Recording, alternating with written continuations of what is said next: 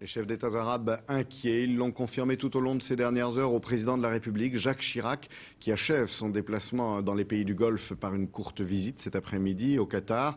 Sur place, Christian Mallard. Après l'immense Arabie Saoudite, c'est le petit émirat voisin de Qatar qui a déroulé aujourd'hui son tapis rouge à Jacques Chirac avec les honneurs militaires. Pour accueillir le président de la République, le nouvel homme fort du pays depuis un an. Le Cheikh Hamad Ben Khalifa Al Thani de la dynastie des Al Thani qui tient les rênes du pouvoir depuis 1860. Pour la petite histoire, le Cheikh Hamad a renversé en juin 1995 son père qui était au pouvoir depuis 1972.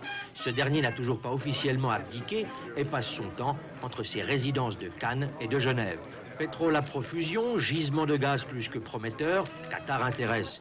Jacques Chirac est venu à Doha, la capitale, pour y relancer la coopération économique, sans oublier le plus important, le renforcement de la coopération en matière de défense.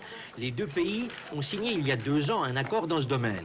Il est convenu en tout cas aujourd'hui, entre Jacques Chirac et Cheikh Hamad, que la France participe techniquement au renforcement de la sécurité du pays à ses frontières, ainsi qu'à celui de l'armée, dont 80% de l'équipement est déjà français.